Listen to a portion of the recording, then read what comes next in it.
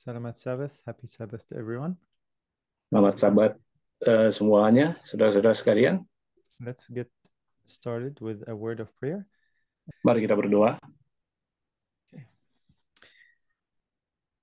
Our loving and eternal Father in heaven, we are thankful for the blessing of the Sabbath day. Bapa kami yang bertata di dalam kerajaan surga, kami bersuka cita oleh karena hari Sabat yang indah yang Kau berikan bagi kami. Please bless our study in the word and everyone present. Berkatilah pelajaran kami hari ini dan setiap orang yang mendengarkannya. And please may the message be clear and impact us in a way that you desire. Dan biarlah pekabaran yang kami pelajari boleh memberi dampak yang bagus bagi kehidupan kerohanian kami untuk kami bagikan. We ask this in Jesus' name. Amen. Kami berdoa dan meminta di dalam nama Yesus. Amin. All right. Our subject matter today relates to the millennium of peace.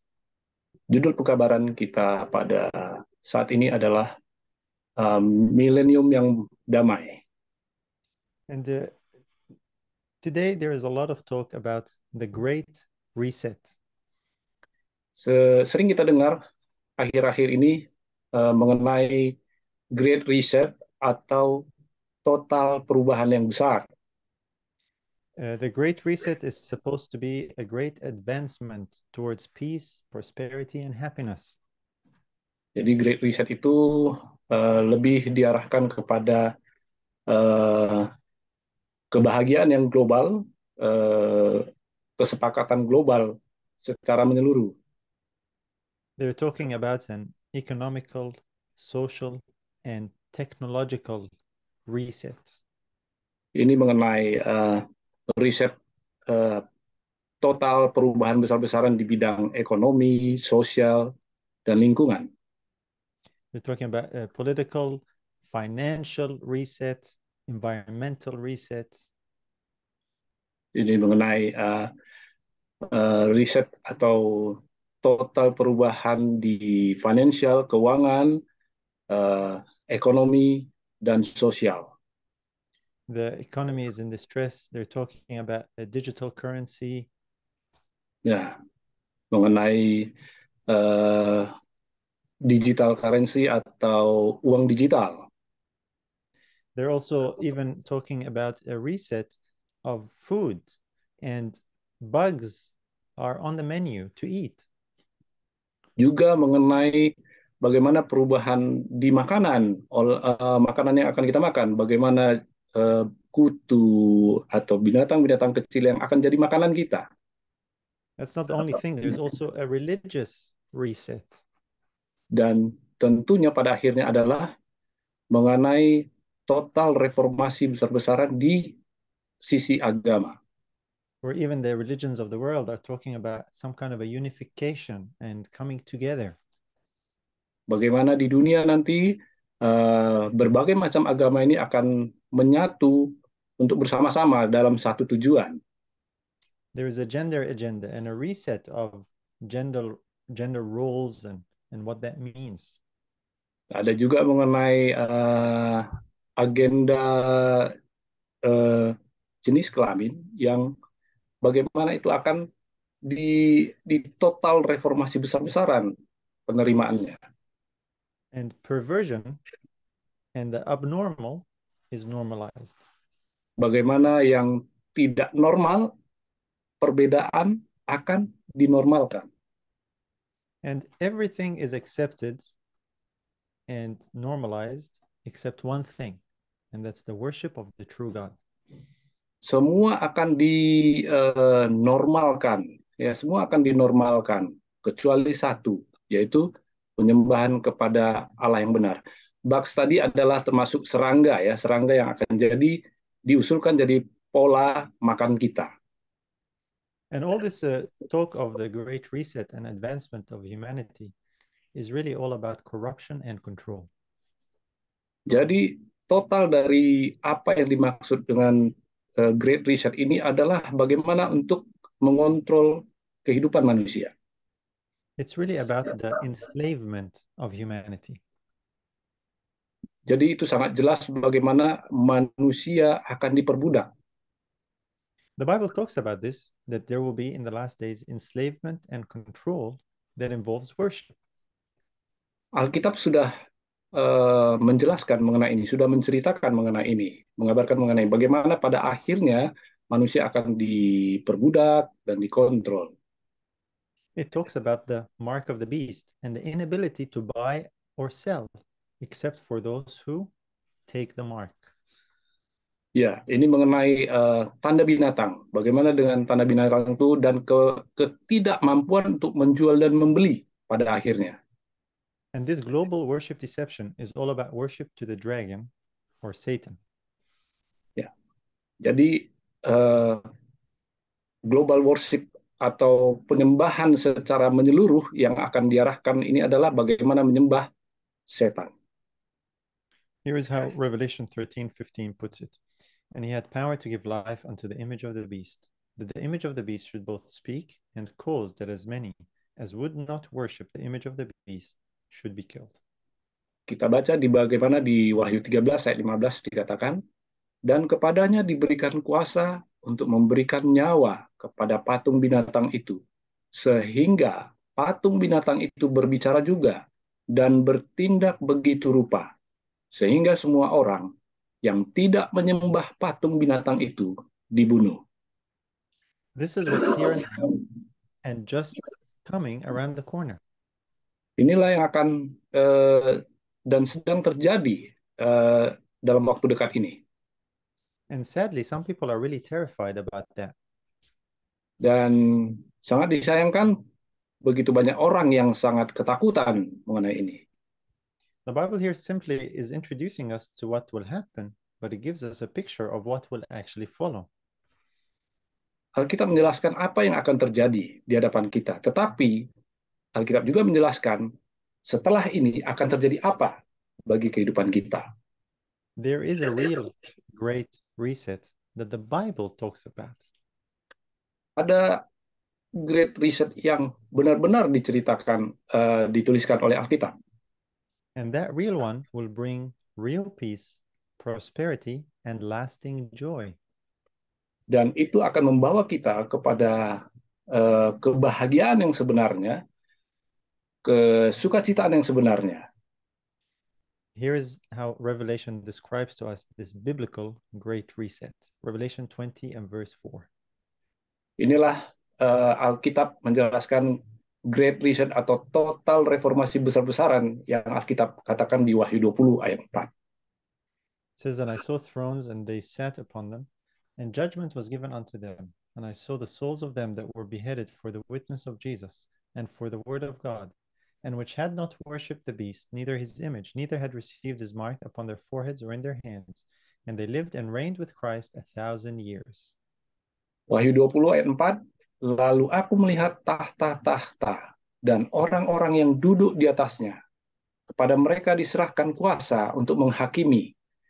Aku juga melihat jiwa-jiwa mereka yang telah dipenggal kepalanya karena kesaksian tentang Yesus dan karena firman Allah, yang tidak menyembah binatang itu dan patungnya, dan yang tidak juga menerima tandanya pada dahi dan tangan mereka. Dan mereka hidup kembali dan memerintah sebagai raja bersama-sama dengan Kristus untuk masa 1000 tahun. The millennium is a concept that has captured the imagination of people for a long time. Jadi milenium itu adalah bagaimana orang-orang melihat milenium itu adalah suatu masa yang panjang, 1000 tahun. It is something that people wondered about and have asked about over the years. Ini masalah milenium yang sering ditanyakan orang-orang selama bertahun-tahun. And this verse, known as the Millennium Passage, is explained in all kinds of ways. Jadi ayat ini menjelaskan bagaimana milenium itu. Some people explain that to be 1,000 years where Jesus will rule on earth and his people with him. Beberapa orang menafsirkan bahwa milenium itu adalah bagaimana Yesus menjadi penguasa di bumi.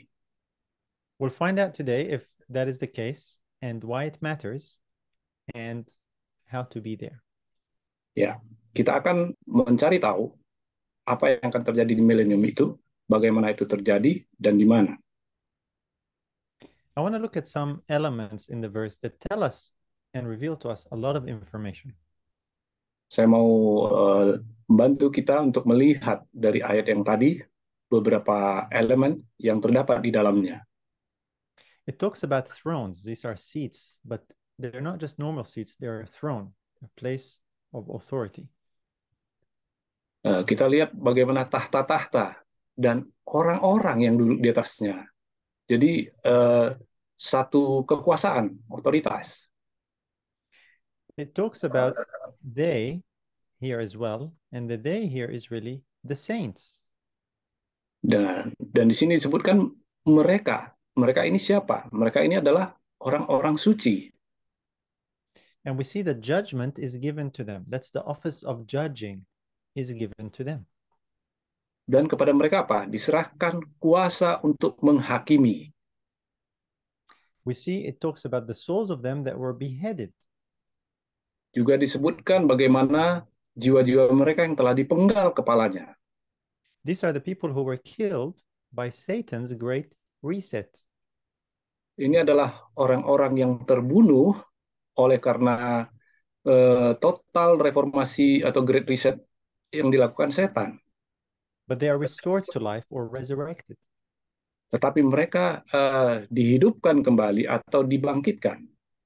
This is not talking about their souls in death. These are people who died and who lived again, because the end of the verse says that they live and reign with Christ.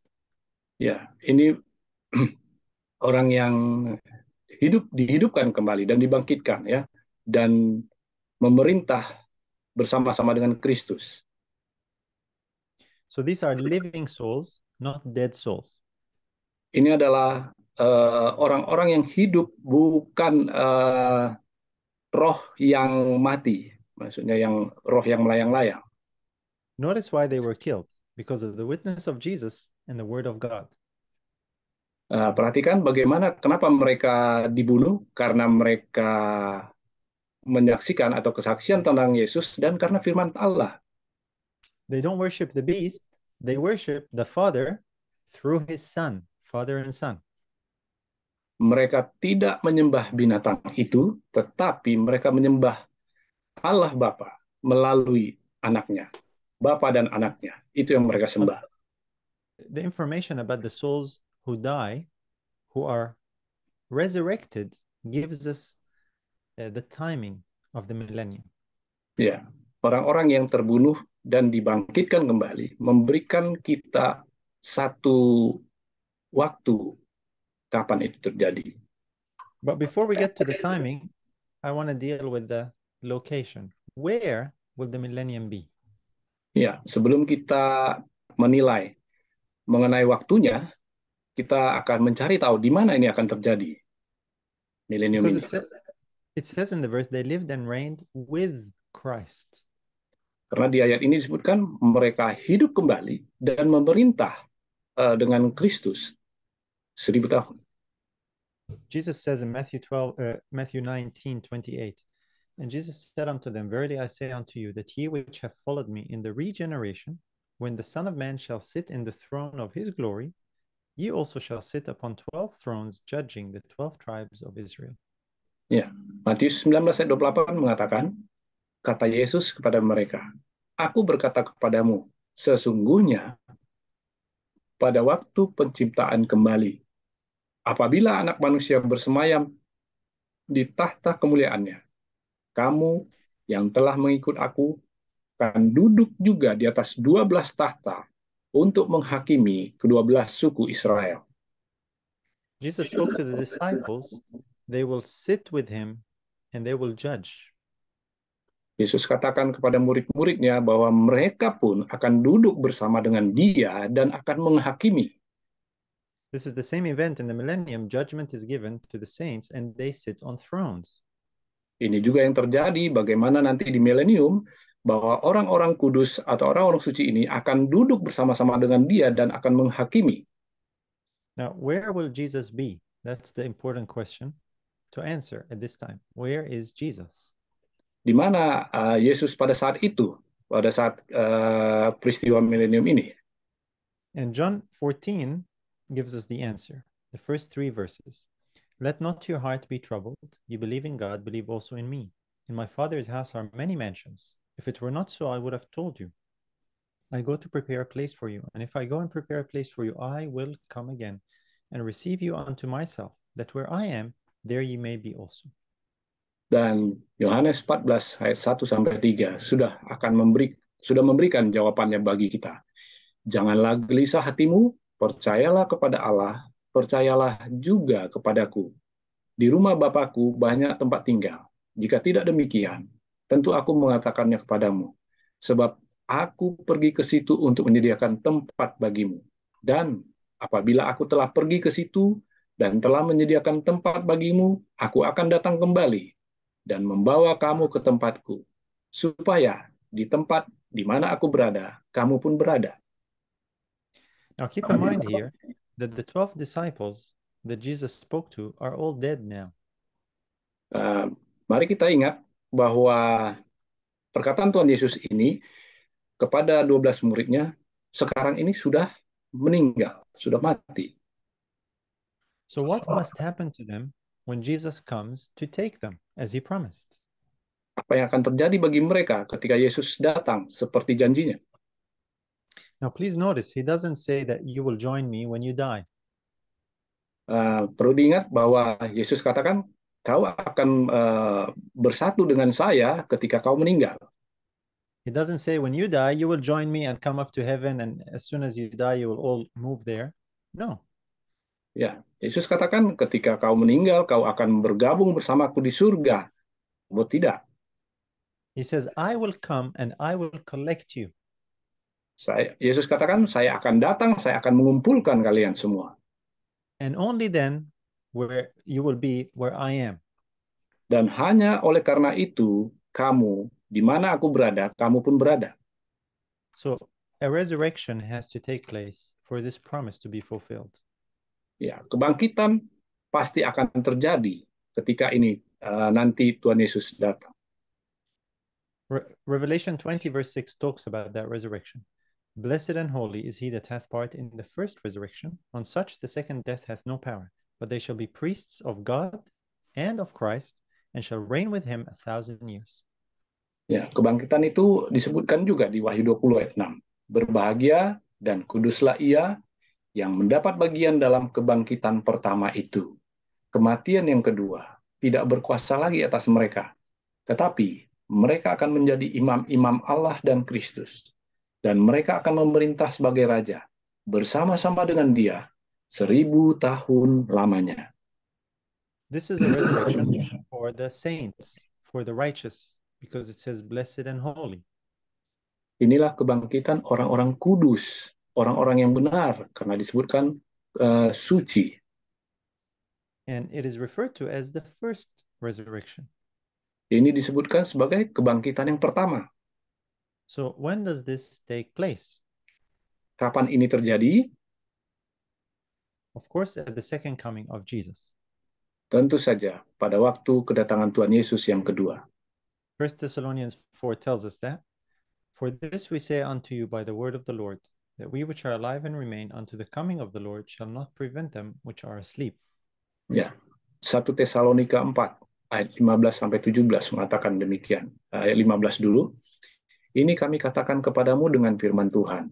Kita yang hidup, yang masih tinggal sampai kedatangan Tuhan, sekali-kali tidak akan mendahului mereka yang telah meninggal.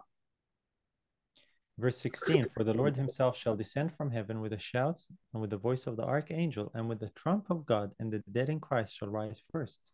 Ayat 16, sebab pada waktu tanda diberi, yaitu pada waktu penghulu malaikat berseru dan sangkakala Allah berbunyi, maka Tuhan sendiri akan turun dari surga, dan mereka yang mati dalam Kristus akan lebih dahulu bangkit. The dead in Christ will be the followers of Jesus, like the disciples. Orang-orang yang meninggal oleh karena Yesus adalah pengikut Kristus dan mereka akan bangkit. Jesus returns with a shout, with a voice, and with a trump to resurrect his people. Yesus datang dengan suara, dengan trompet, dan para malaikat. Dia akan turun dan orang-orang yang mati, pengikut Kristus, akan bangkit lebih dahulu. That's why it says, blessed and holy is he that takes part in the first resurrection. Itulah disebut makanya terberkatilah orang yang mengikut Yesus dan bangkit pada kedatangannya. And then it tells us in verse 17, then we which are alive and remain shall be caught up together with them in the clouds to meet the Lord in the air. And so shall we ever be with the Lord. Dan ayat 17 di 1 Tesalonika 4 mengatakan, sesudah itu kita yang hidup, yang masih tinggal akan diangkat bersama-sama dengan mereka dalam awan menyongsong Tuhan di angkasa. Demikianlah kita akan selama-lamanya bersama-sama dengan Tuhan. So this is not just talking about the disciples, this is all the believers who die in Christ. Ini bukan saja menyebutkan mengenai murid-murid Yesus, tetapi kepada semua orang-orang yang percaya kepada Tuhan yang telah mendahului kita, yang telah meninggal. So the dead will rise first, and then those who are alive will join them, and they will meet the Lord in the air. Jadi orang-orang yang telah meninggal, orang-orang percaya yang telah meninggal akan bangkit pertama sekali, kemudian yang masih hidup, yang percaya kepada Tuhan juga akan bersama-sama menyongsong Tuhan di angkasa. And this is where Jesus promised, he says, I will come again and receive you to go to my Father's house where there are many mansions. Itulah Yesus janji bahwa aku akan datang menjemput kamu dan membawa kamu ke rumah Bapakku, di mana rumah Bapakku banyak tempat tinggal. So Jesus doesn't stay on earth, he actually fulfills what he promised, to take them to the place he prepared for them. Yesus tidak tinggal di dunia, tapi dia berjanji akan menjemput kita dan membawa kita ke rumah Bapaknya. Something else happens, a work of judgment like we read in Revelation. Hal lain yang terjadi adalah mengenai penghakiman. But this work of judgment is not just for the disciples. Pekerjaan penghakiman ini bukan hanya untuk murid-murid Tuhan Yesus. Here's 1 Corinthians 6 telling us that. Do you not know that the saints shall judge the world? And if the world shall be judged by you, are ye unworthy to judge the smallest matters? Know ye not that we shall judge angels? How much more things that pertain to this life? Di dalam 1 Korintus 6 ayat 2-3 mengatakan, atau tidak tahukah kamu bahwa orang-orang kudus akan menghakimi dunia? Dan jika penghakiman dunia berada dalam tangan kamu, tidakkah kamu sanggup untuk mengurus perkara-perkara yang tidak berarti? Tidak tahukah kamu bahwa kita akan menghakimi malaikat-malaikat? Jadi, apalagi perkara-perkara biasa dalam hidup kita sehari-hari. Paul knew what would happen during the millennium. Rasul Paulus mengetahui apa yang akan terjadi pada masa milenium. Now, I want us to note something here. When Paul says judge angels, he's talking about the wicked angels. Rasul Paulus menyebutkan mengenai menghakimi malaikat. Ini adalah menghakimi malaikat yang jahat. During the millennium, judgment is given to the saints. Selama milenium atau 1000 tahun, penghakiman itu diberikan kepada orang-orang percaya. As Jesus said to the disciples, you will judge the tribes of Israel. Those are the wicked who rejected Jesus. Seperti Yesus katakan bahwa penghakiman itu akan diberikan kepada orang-orang kudus, orang-orang suci yang akan menghakimi 12 suku Israel yang jahat. Paul says we will judge the world. Rasul Paulus mengatakan bahwa kita akan menghakimi dunia and judge angels. Dan menghakimi malaikat-malaikat. In the process of the examination and judgment that takes place, there will be surprises. Di dalam proses penghakiman ini akan banyak kejutan-kejutan yang kita lihat. I'll give you a couple of examples. Saya akan memberikan beberapa contoh. For example, those that you expect to be there who are not there. Satu, adalah orang yang kita pikirkan bahwa dia akan berada di sana, tetapi dia tidak ada di sana. And of course, the opposite, those that you did not expect to be there, but are there. Sebaliknya juga, orang yang kita lihat sepertinya tidak akan mungkin di sana, dia ada di sana. And so for 1,000 years, there will be a work of judgment or work of examination.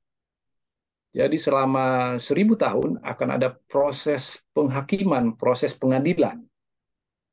Because the word judgment means also a work of examination. Karena istilah penghakiman itu adalah pengadilan juga, mengadili, menghakimi. What about the tears? Sorry. What about the tears in heaven? Bagaimana dengan tangisan di surga atau air mata? In Revelation 7, at the end of the verse, it tells us here, God shall wipe away all tears from their eyes. Di Wahyu 7 ayat 17 mengatakan, sebab anak domba yang di tengah-tengah itu akan menggembalakan mereka dan akan menuntun mereka ke mata air kehidupan, dan Allah akan menghapus segala air mata dari mata mereka. God will explain to us, and we will see the reasons why these expectations we had are not necessarily realized about some people. Jadi Tuhan akan menjelaskan bagi kita bagaimana ekspektasi kita nanti di surga. Dia akan jelaskan. As it says here, the living fountains of water, many explanations will take place by the river of life. Banyak yang akan dijelaskan mengenai air kehidupan. Our own experiences that we did not understand that happened to us in this world. Pengalaman kita yang terjadi di dunia ini yang kita tidak memahami kenapa ini terjadi. The things that caused us tears. Penyebab yang membuat kita merasa bersedih dan menangis. When it says God will wipe away all tears from their eyes, we have to understand this is not necessarily literal language. Ketika Tuhan mengatakan bahwa Tuhan akan menghapuskan air mata dari kita, itu bukan secara literal. It doesn't mean all the people who are crying will line up and Jesus will come and wipe their tears like that.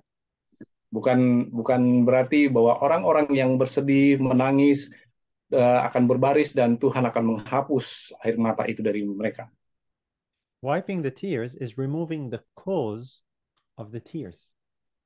Menghapus air mata adalah menyingkirkan penyebab kita bersedih atau menangis. For example, when my girls play and one of them takes the toy from the other, she starts crying. Sebagai contoh, ketika putri saya bermain dan ada satu yang mengambil mainannya, maka yang satu akan menangis ketika mainannya diambil. So if I intervene and I take the toy and I give it back, I am stopping her tears. Ketika saya bertindak, mengambil mainan yang direbut tadi dan kembalikan kepada yang empunya, maka saya memberhentikan yang menangis. You know, she can keep crying and I can keep crying and wiping, but I have removed the cause for the tears. Ya, saya akan berusaha menghapus air mata itu dan mengobatinya. This is what this means. It means during this time, God will explain to us and remove the cause for the tears that we might have had. Jadi dalam saat ini, Yesus nanti, Tuhan katakan bahwa dia akan menghapus segala hal-hal yang membuat kita susah, sedih. Including the tears of disappointment because someone that we wanted to be in heaven is not there and we're disappointed. Termasuk penyebab kesedihan kita, bagaimana harapan kita, orang yang kita harapkan ada di surga tetapi tidak ada di sana. In the judgment, God is inviting all of the saints to say, come, see, let me explain to you what happened. Let me show you why this person is not here. Di dalam masa penyelidikan dan penghakiman itu, Yesus akan menunjukkan kepada kita kenapa, lihat, kenapa ini orang ada di sini dan kenapa itu orang tidak ada di sana. Because this is something that puzzles people when it says God will wipe away our tears. They say, are there going to be tears in heaven? Ya, inilah yang sering jadi pertanyaan orang-orang, apakah benar nanti ada air mata di surga? And during the millennium, there will be questions that will be answered. Selama milenium nanti 1000 tahun itu, ada banyak pertanyaan yang akan terjawab. God will, like I said, will explain to us our experiences, the things that caused us tears, to remove the cause for any more questions or any more tears. Jadi Tuhan akan menjelaskan bagi kita pengalaman-pengalaman yang terjadi yang di dunia yang kita tidak mengerti, dan Dia akan mencabut atau menghapus penyebab kesedihan itu. This is why Paul says in Corinthians, now we see through a glass darkly, but then, that is, in the presence of God, face to face. Now I know in part, but then shall I know, even as also I am known. Seperti Rasul Paulus katakan di dalam 1 Korintus 13 ayat 12, karena sekarang kita melihat dalam cermin satu gambaran yang samar-samar, tetapi nanti kita akan melihat muka dengan muka. Sekarang aku hanya mengenal dengan tidak sempurna, tetapi nanti aku akan mengenal dengan sempurna, seperti aku sendiri dikenal. That's what will happen during the millennium. Ini akan terjadi pada masa 1000 tahun itu. So now we've answered some of our questions about the location and timing of the millennium. Jadi sekarang kita sudah mengetahui mengenai lokasi dan masanya. It will start at the resurrection, at the second coming of Jesus. Itu akan dimulai pada saat kebangkitan orang pertama yang Yesus datang. It will take place in heaven, not on earth. Itu akan terjadi di surga, bukan di bumi. During that time, we will know and receive answers to the things we did not understand on earth. Dan selama itu, kita akan mendapat jawaban terhadap apa kesulitan, kesusahan yang kita hadapi di dunia. Another component that many times people wonder about is the tree of life. Komponen lain yang banyak orang yang perlu ketahui adalah mengenai pohon kehidupan. The tree of life that God put in the Garden of Eden, if you remember. Kalau kita ingat, pohon kehidupan ini adalah pohon yang Tuhan dirikan di Taman Eden. Because of sin, man lost access to the tree of life. Oleh karena dosa, maka manusia tidak mempunyai akses secara langsung kepada pohon kehidupan. In the book of Revelation, we read about the tree of life.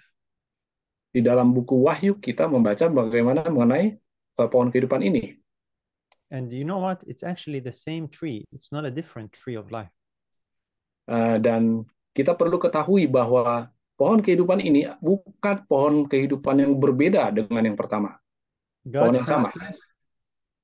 God transplanted it from earth to heaven, and it has been growing for at least 6,000 years. Ya, Tuhan memindahkan pohon kehidupan ini dari dunia ke surga, dan pohon ini sudah ada sampai sekarang 6.000 tahun.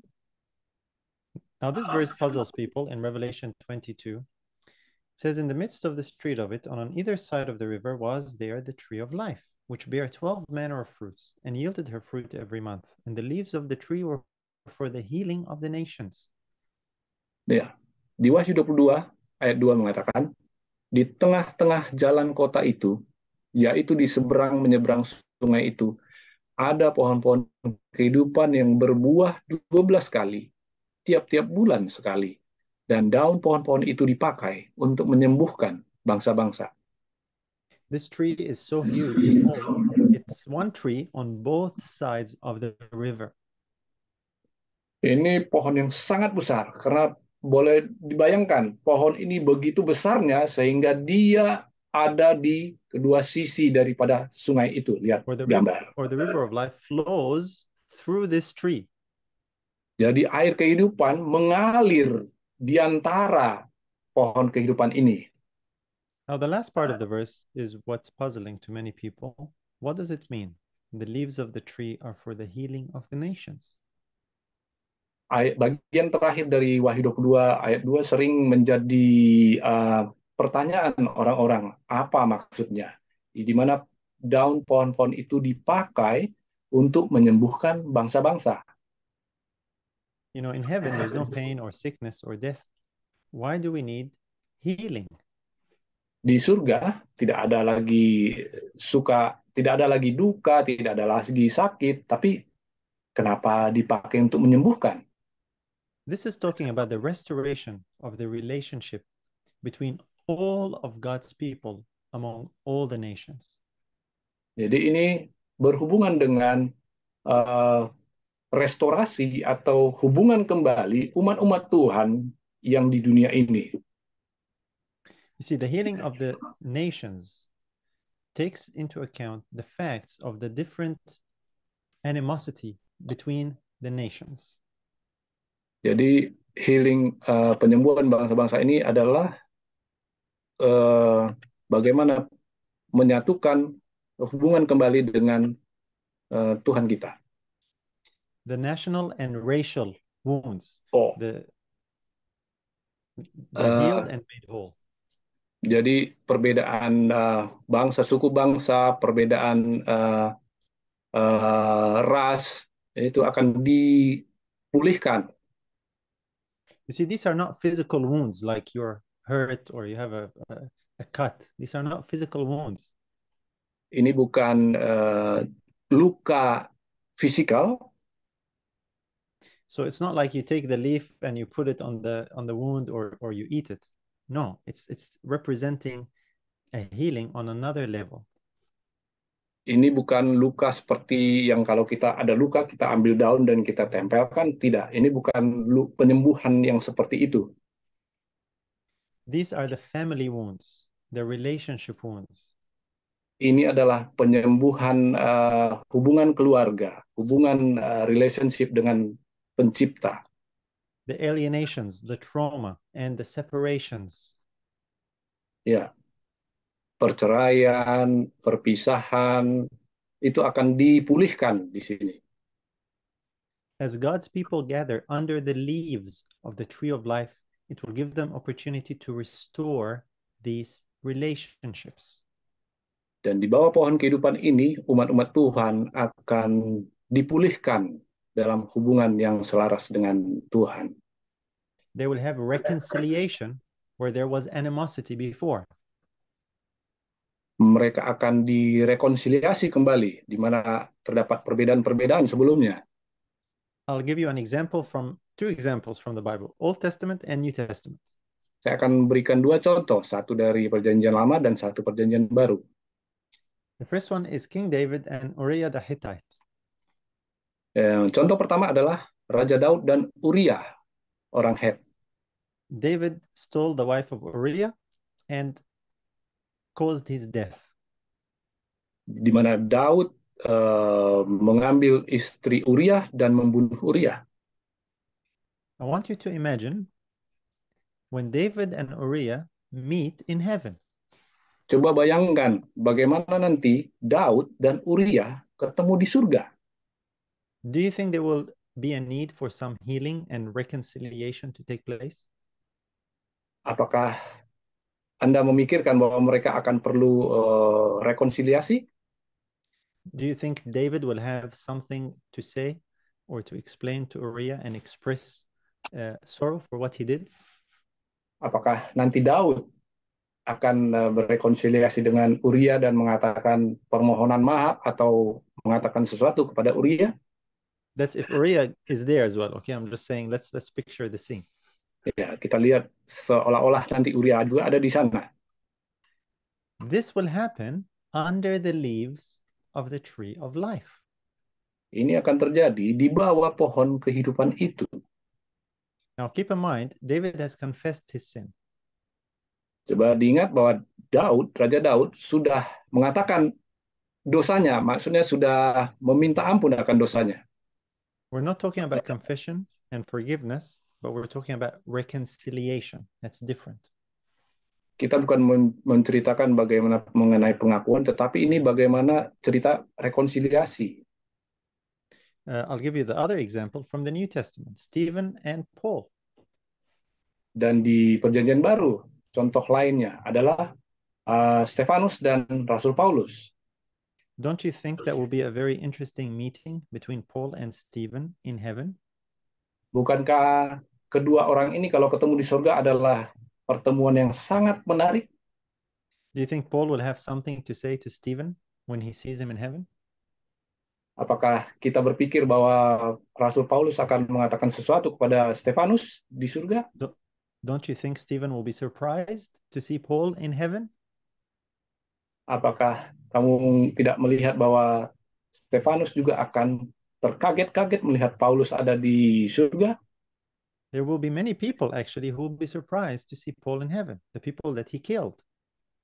Akan banyak orang yang kaget melihat hal ini. I'm sure Paul will want to explain to them what happened and seek reconciliation with them. Dan saya yakin Rasul Paulus juga akan menceritakan dan melihat peluang untuk rekonsiliasi dengan mereka. I want to make a point here about the difference between forgiveness and reconciliation. Saya mau bikin catatan di sini antara permintaan maaf dan rekonsiliasi. I'm not saying people will go to heaven while they have unforgiveness towards others in their heart. Saya tidak bilang bahwa orang-orang akan ke surga ketika dia masih memiliki ada yang tidak bisa dia maafkan. Stephen forgave those who were killing him, if you remember. Stefanus mengampuni orang-orang yang membunuh dia. But reconciliation is the restoration of a relationship that was alienated. Rekonsiliasi adalah bagaimana membina hubungan yang sudah rusak sebelumnya. And in the cases where death prevented that reconciliation from happening, under the leaves of the tree of life, it can happen. Dan di bawah pohon kehidupan ini, maka rekonsiliasi ini dimungkinkan terjadi, yang tidak akan mungkin bila itu di dunia. Now imagine all the different scenarios and issues between all kinds of people that will be healed and restored under the leaves of the tree. Coba mari kita bayangkan bagaimana kehidupan kita yang di dunia ini yang susah mengampuni, tetapi ketika kita di bawah pohon kehidupan itu akan terjadi rekonsiliasi. Itu hanya dimungkinkan di bawah pohon kehidupan. So a lot will be happening in those meetings under the tree of life. Banyak hal yang akan terjadi di bawah pohon kehidupan itu. In Revelation 21, we're told, God shall wipe away all tears from their eyes, and there shall be no more death, neither sorrow nor crying, neither shall there be any more pain, for the former things are passed away. Di Wahyu 21 ayat 4 mengatakan, dan ia akan menghapus segala air mata dari mata mereka, dan maut tidak akan ada lagi. Tidak akan ada lagi perkabungan, atau ratap tangis, atau duka cita, sebab segala sesuatu yang lama itu telah berlalu. You know why there will be no more crying? Because there will be no more cause for crying. Anda tahu kenapa tidak akan ada lagi tangisan di sana? Karena tidak akan ada lagi hal-hal yang membuat kita berduka cita, karena sudah dicabut. But don't be surprised that there very well could be some tears of reconciliation and joy under the leaves of the tree of life. Tetapi tetap akan ada tangis sukacita dan kesukacitaan karena rekonsiliasi di bawah pohon kehidupan itu. Now, what happens at the conclusion of this 1,000 years, at the end of the millennium? Apa yang terjadi pada akhir dari milenium ini? Here it is in Revelation 21, and he carried me away in the spirit to a great and high mountain and showed me that great city, the holy Jerusalem, descending out of heaven from God. Wahyu 21 ayat 10 mengatakan, lalu di dalam roh ia membawa aku ke atas sebuah gunung yang besar, lagi tinggi, dan ia menunjukkan kepadaku kota yang kudus itu, Yerusalem, turun dari surga, dari Allah. This is the city of God coming down. Inilah kota Allah yang turun dari atas. It's in heaven where all the saints are during the millennium. Ini sekarang ada di surga, di mana nanti orang-orang kudus pada masa milenium. After the millennium, it comes down, and it doesn't come down empty, with the saints who have been in heaven. Jadi kota ini nanti turun setelah akhir milenium, turun bersama-sama dengan orang-orang kudus yang di sana. Now, this is the mountain city of God. Ini adalah Gunung Kudus, kota Allah. Many people imagine that the New Jerusalem is in the shape of a cube. Banyak orang menghayal atau mengimajinasikan bahwa Yerusalem itu adalah dalam bentuk kubus. But if you look at all the Bible evidence, it actually shows us that it's more likely in the shape of a pyramid. Tapi bila mana kita selidiki Alkitab, bahwa itu akan lebih modelnya seperti piramid. The book of Hebrews refers to the city of the living God as Mount Zion. Di buku Ibrani disebutkan kota Allah itu adalah Gunung Sion. And this is a huge city. Each side is about 2,400 kilometers. Ini kota yang besar karena setiap sisi 2.400 kilometer. Each side, okay, because it lies four square. There are four sides to it. 2.400 kilometer per sisi, masing-masing sisi. And the height of it is the same. Tingginya juga sama. And this is approximately, these are just some pictures, just to give you a bit of an idea. That's about 30 hours of driving. Ya, inilah contoh gambarnya, kurang lebih 30 jam mengemudi. So this glorious mountain city is the home of the saints. Jadi kota tempat kudus yang besar ini adalah rumah orang-orang kudus. And if the throne of God and the Lamb are at the top, and the river of life flows down, and that's the pinnacle of the city, and it sustains everyone within. Dan tahta Allah ada pada atasnya, dan di bawahnya adalah rumah-rumah orang kudus. Now this city is given to us with such dimensions because God wants us to know it's a real place. Ya, Tuhan sudah menjelaskan mengenai kota ini dimensinya, dan ini adalah tempat yang sangat indah. How can you be there? Bagaimana kita boleh ada di sana? Make sure you have the life of Christ. Yakinkan diri kita bahwa kita memiliki hidup Kristus. Colossians 3 tells us, when Christ who is our life shall appear, then shall you also appear with him in glory. Di Kolose 3 ayat 4 mengatakan, apabila Kristus yang adalah hidup kita menyatakan diri kelak, kamu pun akan menyatakan diri bersama dengan Dia dalam kemuliaan. Whether we live, whether we die, we must be joined to Christ. Apakah nanti kita mati atau hidup, kita harus meyakinkan bahwa kita bersama Kristus. These things are real. That's the promise of Jesus.